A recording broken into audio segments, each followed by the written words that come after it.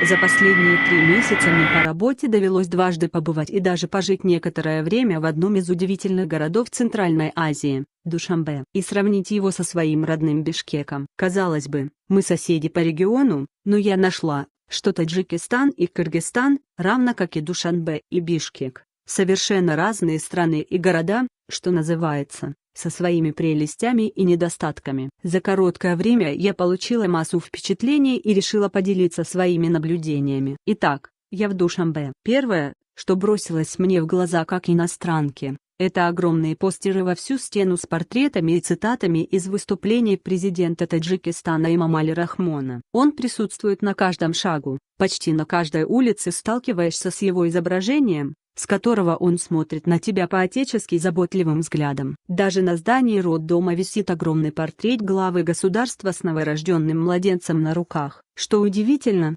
таджики о своем президенте говорят очень мало или почти совсем не говорят, тогда как в Кыргызстане любой может открыто говорить и писать о своем президенте все, что вздумается, и даже ругать его последними словами. Одна из моих душанбинских коллег сказала мне по секрету, что уроки гражданской войны 1990-х годов сделали свое дело. Каждый таджик старается быть вне политики и лояльно относится к своим правителям и государству. Для него главное, чтобы в стране царили мир и спокойствие. Как особо женского пола я не могла не заметить и то, что в таджикском обществе налицо доминирование мужчин на руководящих должностях гораздо больше, чем в Кыргызстане. Например, сотрудников мужского пола в офисе, где мы работали, в 3 раза больше, чем женщин. Тем не менее, меня удивило очень уважительное отношение к женщинам. Меня и нашу гостью из Франции таджикские коллеги встретили и очень тепло, и на протяжении всей нашей работы в Душанбе не оставляли без внимания. Мне показалось,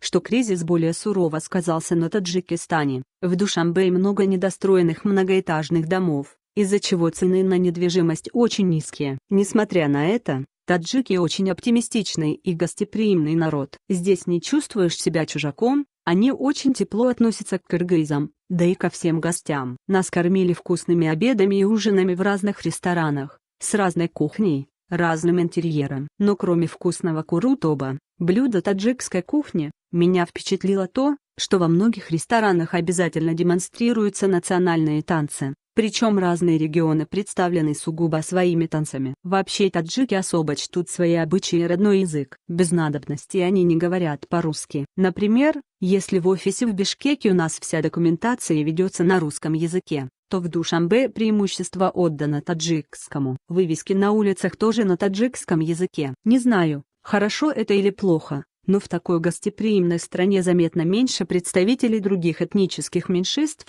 чем в нашей. Если в Бишкеке привычно видеть, как принято говорить, людей славянской внешности, то в Душанбе они встречаются редко. Своих соотечественников я тоже практически не встречала в Душанбе. Лишь однажды на зеленом рынке видела женщину, торгующую овощами. Как оказалось, она была из Бишкека. Я была приятно удивлена тем, что эта женщина казалась счастливой. Надо сказать, в Душанбе заметно много людей верующих. Несмотря на запрет ношения бороды и хиджабов, в Душанбе встречается много женщин, плотно укутанных в платки и в длинных платьях и юбках. Например, в нашем душанбинском офисе сотрудникам разрешается по пятницам ходить в мечеть и задерживаться на 2 часа после обеденного перерыва. Запомнился мне такой случай. Как-то в выходной после прогулки я пошла за фруктами в небольшой ларек недалеко от съемной квартиры, в которой поселилась. Было около 5 часов вечера. Там я увидела необычную картину. Продавщица самозабвенно читала намаз прямо в ларьке, а клиенты выстроились в очередь и терпеливо ждали, пока она закончит ритуал. Проблемой в Душанбе для меня оказались только 2 вещи: частое отключение электричества и слабый сигнал Wi-Fi. Если в Бишкеке почти в любом заведении можно воспользоваться интернетом,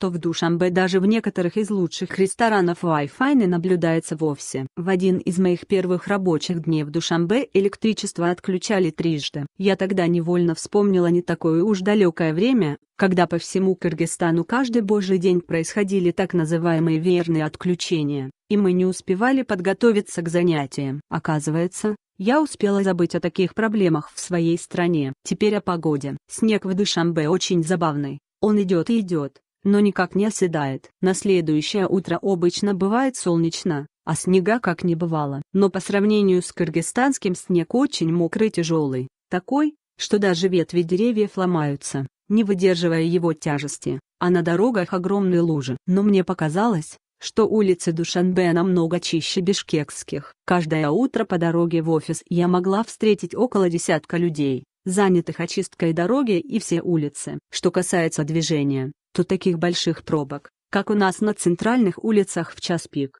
я не заметила, но лихачей на дорогах там больше. Если на перекрестке нет видеокамеры, водитель редко уступит дорогу пешеходу. Как рассказал коллега из Душанбе, раньше крутым машинам разрешалось ехать на красный свет, и эта практика прекратилась совсем недавно. Таджики рассказывали, как им нравится в Кыргызстане вкусный южный плов, который по-разному готовится в разных регионах, активный и более продвинутый Бишкек, в котором много интересных заведений, доступный интернет, очень гостеприимный народ. Некоторые мои коллеги время от времени бывают в Бишкеке, они с некоторой долей зависти отмечали, какими быстрыми темпами преображается столица Кыргызстана. Конечно, мне было приятно слышать такое о своей стране и столице. Кстати, по стандартам международных организаций, Таджикистан и Кыргызстан в числе бедных стран в Центральной Азии, хотя ни там, ни здесь я еще не слышала, чтобы кто-то умер с голоду. Несмотря на такую не столь хорошую оценку, люди в наших странах богаты душой и уникальной культурой, и это нас объединяет.